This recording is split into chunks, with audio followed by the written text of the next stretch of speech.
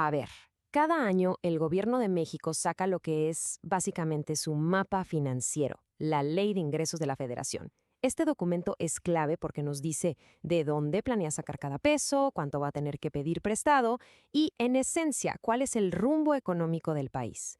Vamos a desmenuzar a fondo la propuesta para el 2026. Y bueno, vamos directo al grano. La cifra que lo define todo es esta, casi 10.2 billones de pesos. Para que nos demos una idea de la magnitud, este es el motor financiero que va a mover a todo el país durante un año completo. Entender cómo se planea juntar esta suma verdaderamente monumental es el primer paso para descifrar la estrategia económica que se tiene en mente. Ok, ¿cómo vamos a analizar esto? Primero vamos a entender la filosofía, el porqué detrás de las cifras. Luego nos metemos de lleno a ver de dónde viene la lana, le echamos un ojo a la deuda pública, revisamos la letra chiquita que afecta a la gente y a las empresas y cerramos con las proyecciones y los riesgos que se ven venir. Miren, para entender un presupuesto no es solo ver los números, ¿verdad? Hay que irse más al fondo, a la intención. Y la propuesta de ley arranca justo con eso, con una exposición de motivos, que es, digamos, el corazón ideológico de todo el plan. Aquí es donde entra un concepto clave que el propio documento llama humanismo mexicano. Según nos dicen, esta es la brújula que guía todas las decisiones. Se habla de buscar un progreso con justicia, de combatir la corrupción y, sobre todo, de saldar lo que llaman deudas históricas con la gente. Y si tuviéramos que resumir toda esa filosofía en una sola frase, sería esta: por el bien de todos, primero los pobres. Ojo, esto no se presenta solo como un lema de campaña, se plantea como el principio que justifica muchas de las decisiones económicas y sociales que vamos a ver más adelante. Ahora, este principio no viene solo. El documento lo acompaña de estos otros tres pilares. Y la idea, según el texto, es que estas cuatro frases no son simple retórica, sino que son la guía para cada decisión fiscal. Es importante tenerlas presentes para entender la lógica detrás de los números. Perfecto. Ya tenemos el porqué, la filosofía, ahora vamos a lo bueno, a la parte financiera. ¿De dónde va a salir el dinero para fondear todos estos principios y las operaciones del gobierno? Pasemos a ver cómo se estructuran los ingresos. Ok, ¿de dónde sale la lana? La gráfica es súper clara, ¿no? La mayor parte, casi 2/3 partes, viene de los impuestos que pagamos todos.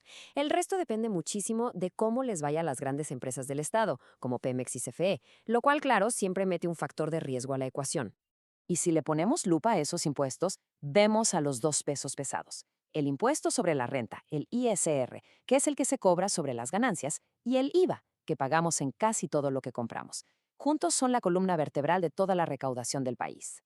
Pero esperen, no todo es cobrar. El gobierno también toma la decisión consciente de no cobrar ciertos impuestos. A esto se le llama renuncias recaudatorias. Imagínense que es como el libro de cupones de descuentos de la nación. Son políticas diseñadas para ayudar a ciertos sectores o proteger a ciertos grupos.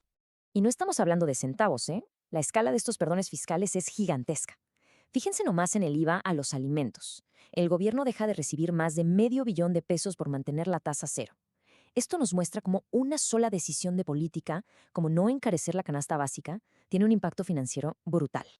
Bueno, ¿y qué pasa cuando lo que entra no alcanza para lo que se gasta? Pues, como cualquiera, el gobierno tiene que pedir prestado. Hablemos de la famosa deuda pública, o como a mí me gusta decirle, la tarjeta de crédito de la nación. Y para este año, el monto que se planea pedir prestado aquí, en el mercado nacional, es una locura: 1.78 billones de pesos. Este es el hoyo que los ingresos no alcanzan a tapar, y conseguir ese financiamiento es una de las chambas más delicadas de la Secretaría de Hacienda para que la economía no se desestabilice.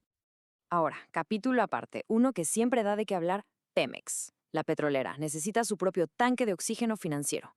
La propuesta pide permiso para endeudarla con estas cantidades, una parte en dólares y otra en pesos, para que pueda seguir operando e invirtiendo. Es una pieza fundamental, pero muy cara, del rompecabezas nacional. Y la historia se repite, aunque en menor escala, con la CFE, la Comisión Federal de Electricidad. También necesita su propia línea de crédito para funcionar.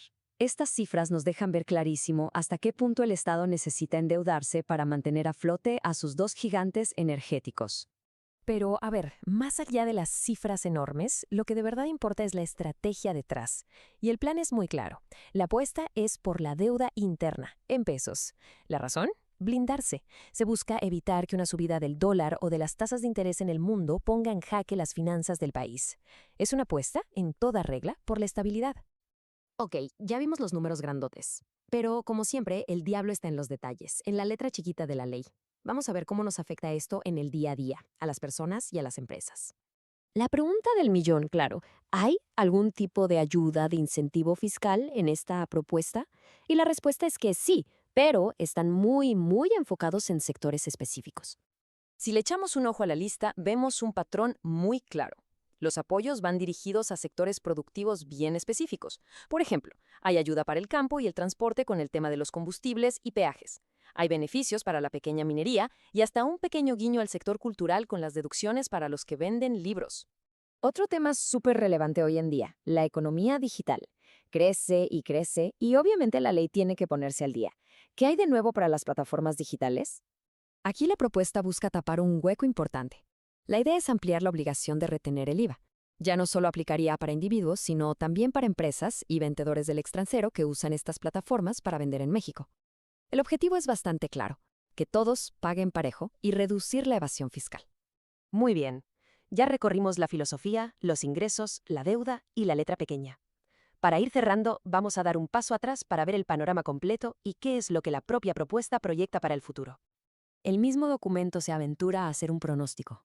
Nos dice que la deuda se va a mantener estable, más o menos en el 52% del PIB. Pero, y es un pero en mayúsculas, también reconoce dónde le aprieta el zapato.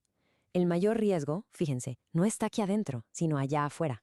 La incertidumbre comercial global. Y, de manera muy específica, la revisión del TEMEC con Estados Unidos y Canadá. Y al final, todo se resume en esto. Por un lado, tenemos un plan con una fuerte base de justicia social y una promesa de disciplina fiscal. Por el otro, un escenario global lleno de incertidumbre. La gran pregunta que queda en el aire es si la economía mexicana tendrá la capacidad de sortear las tormentas que vienen de fuera para poder cumplir estas metas tan ambiciosas. La respuesta, sin duda, definirá nuestro futuro en los próximos años.